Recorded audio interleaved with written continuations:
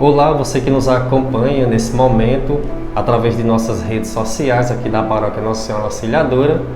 Estamos falando aqui direto dos estudos da PASCOM, nossa Paróquia Nossa Senhora Auxiliadora, aqui na rua Cecília Meireles, nossa Diocese de Crato. Então seja muito bem-vindo a esse momento que nós vamos falar um pouco sobre a vida de São Sebastião. Hoje, dia 20 de janeiro, a Igreja do mundo inteiro comemora a festa desse santo mártir, ele que é o padroeiro dos mártires. Então, um primeiro ponto a ser destacado é que não existe tantos escritos falando sobre a vida de São Sebastião.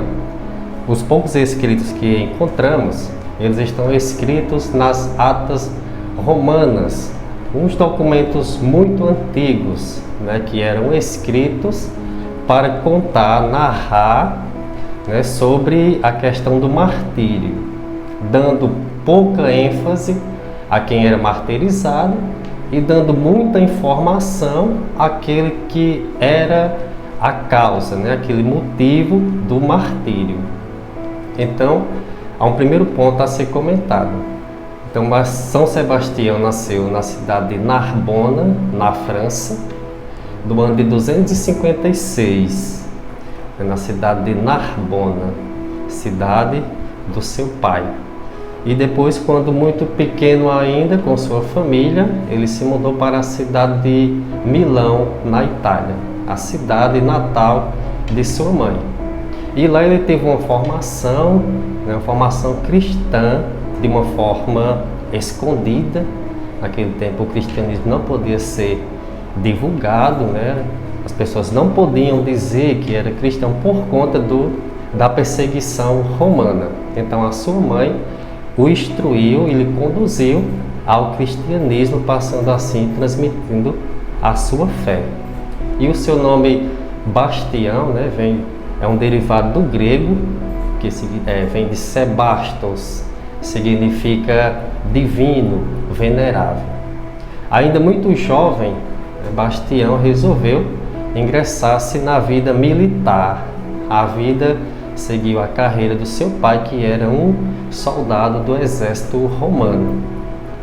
E aqui nós vamos pegar somente um pequeno trecho das atas escritas por São Ambrósio de Milão. Ele diz: Sebastião teria se alistado ao exército romano já com a única intenção de afirmar e dar força ao coração dos cristãos enfraquecidos diante das torturas. Esse pequeno escrito dizendo que Bastião escolheu a carreira militar para dar uma palavra de incentivo, pregar aqueles que estavam presos e aqueles que posteriormente seriam martirizados pelo Império Romano.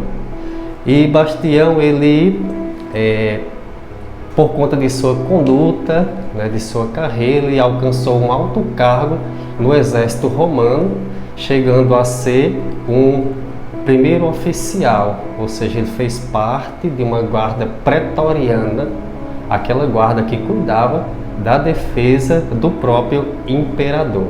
Naquele tempo, Roma era imperado por Diocleciano e Maximiliano, um no Oriente e o outro no Ocidente. E como diz Santo Ambrósio, ele usou de sua autoridade como soldado para visitar todos aqueles que estavam presos e que seriam martirizados. Então, durante essas visitas aos presos, ele encontrou dois irmãos gêmeos que foram presos por não negar a sua fé. Os irmãos Marcos e Marcelino, eles estavam presos, foram denunciados pelo prefeito da cidade e foram presos. Por ser de uma família nobre da cidade, eles conseguiram que o prefeito lhe desse um tempo para pensar. O prefeito então lhe deu 30 dias para que eles mudassem de ideia e negassem a sua fé em Cristo, a sua fé no ressuscitado. E todos os dias as famílias, os familiares desses dois gêmeos, desses dois irmãos, iam os visitar na prisão, fazendo com que eles mudassem de ideia para que assim eles pudessem ser soltos e não chegassem a ser martirizados. Em uma das suas visitas, Bastião foi ao encontro deles, mais uma vez deu força àqueles que estavam presos e disse aos dois irmãos que eles não renegassem sua fé, que a vida maior seria após a morte e com certeza eles conseguiriam a coroa do martírio. Nessa conversa, nessa visita de Bastião à cadeia, naquela cela, ali se encontrava uma das mulheres, né, de um dos empregados daquela cadeia, daquela cela. E ela era muda. Ao ver Bastião pregar sobre o Cristo ressuscitado, ela fez alguns gestos para Bastião, que se aproximou daquela mulher, rezou com ela e fez o sinal da cruz em sua boca. A partir daí ela começou a falar com todos que estavam ali presentes e começou a louvar a Cristo. Diante desse episódio, os dois irmãos que já eram convertidos, né, pararam a ideia de negar a Cristo, né, essa ideia de não professar a sua fé, assim bem como a sua mãe e o seu pai. E naquele momento todos foram batizados, né? Naquele momento todos receberam o batismo e consequentemente eles foram martirizados. Não passou despercebido, né, pelo imperador, que chamou Bastião para que conversasse, e diante do imperador romano Maximiliano, Sebastião não negou a sua fé, não negou que era cristão, e por conta disso ele foi condenado também à morte. O imperador chamou vários soldados, amarraram Bastião em um pilar, em praça pública, e ali desferiram vários golpes de flecha, né, onde atingiu Bastião por várias partes do corpo.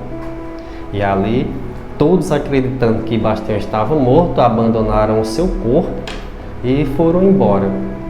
Algumas jovens daquele tempo, incluindo Santa Irene, que também mais tarde foi canonizada, pegaram o corpo, né, do jovem soldado, levaram para assim ter um enterro digno de um cristão. Só que elas viram que ele não estava morto, ele ainda continua respirando.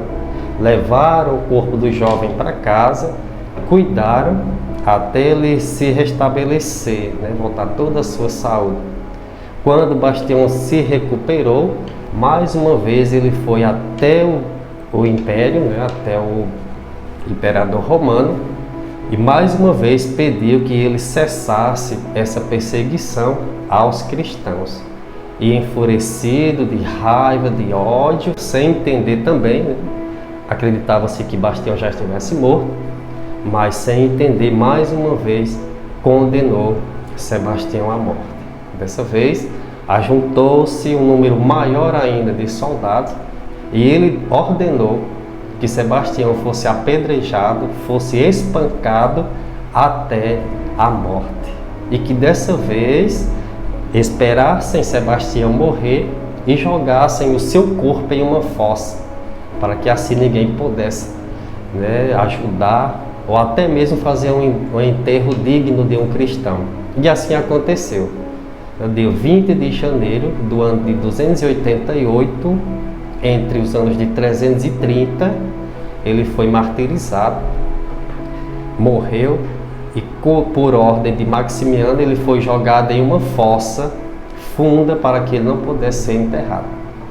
Só que após sua morte, em um sonho, ela apareceu a outra jovem chamada Lucina, que também era cristã, avisou em sonho a Lucina onde o seu corpo estava e pediu que ela pegasse o seu corpo para que ele pudesse ter um enterro digno de um cristão, e assim ela o fez. Foi até onde ele tinha sido jogado, na fossa, pegou o seu corpo e enterrou no seu próprio quintal, onde ali existia um jardim, que hoje se chama, né, Via Apiar, onde está a grande basílica de São Sebastião.